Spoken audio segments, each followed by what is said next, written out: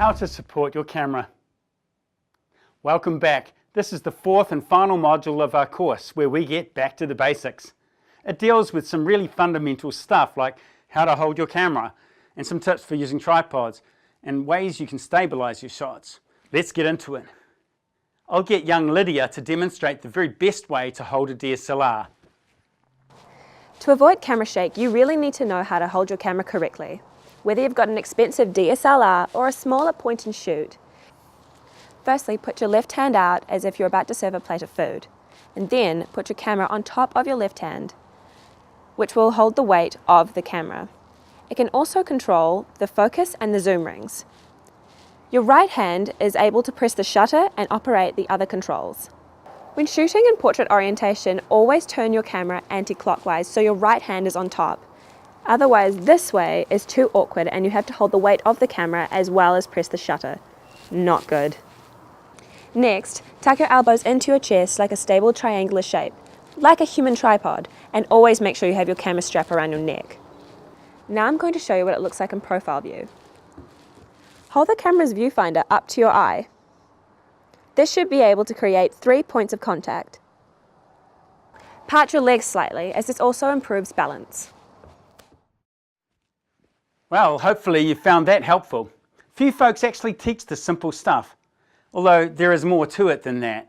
To get sharp shots and to avoid camera shake more, there's a few other tips here that will help you stabilize your camera. I'll show you. Firstly, if you're standing up, remember to part your legs, because if you're not balanced, your camera certainly won't be. If you are kneeling, prop one elbow onto your knee like this. Again, we are using that stable triangular shape. If you're near a building, lean on a wall or a door frame. Remember to tuck your elbows into your chest. Obviously, there's quite a few ways you can do this. When you need a really low angle, you can just spread your elbows wide, like this. Okay, do yourself a favor, so you don't forget this. Get your camera out right now. Now. Practice holding your camera correctly. Rewind the video if you need to. How to carry your camera. Right, now let's investigate the best way to walk with a DSLR. Firstly, let's start with the tourist hold, which has a few disadvantages.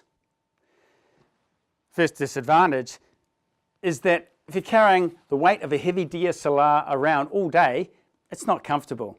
Secondly, having the camera in front of you while you're walking means it will bounce around. Not good. So, instead, let's hang the DSLR off a shoulder like a pro. Except that the camera lens is now facing outward and could potentially hit a wall. We don't want any accidents like that, so I've put a lens hood on for added protection. Really, we should use the best method. Flip the DSLR around. So now the lens barrel is pointing inwards and is better protected. And when you are ready to shoot, the grip is right here. Also, if you're traveling or you're a tourist traveling around and you want to ensure that no one can steal your camera, lengthen the strap, put it over your head like this. Now it's difficult for anyone to take the camera off your body. So grab your camera and try it for yourself. Don't forget to download the PDF page on holding DSLRs. You can find it below this video. Enjoy!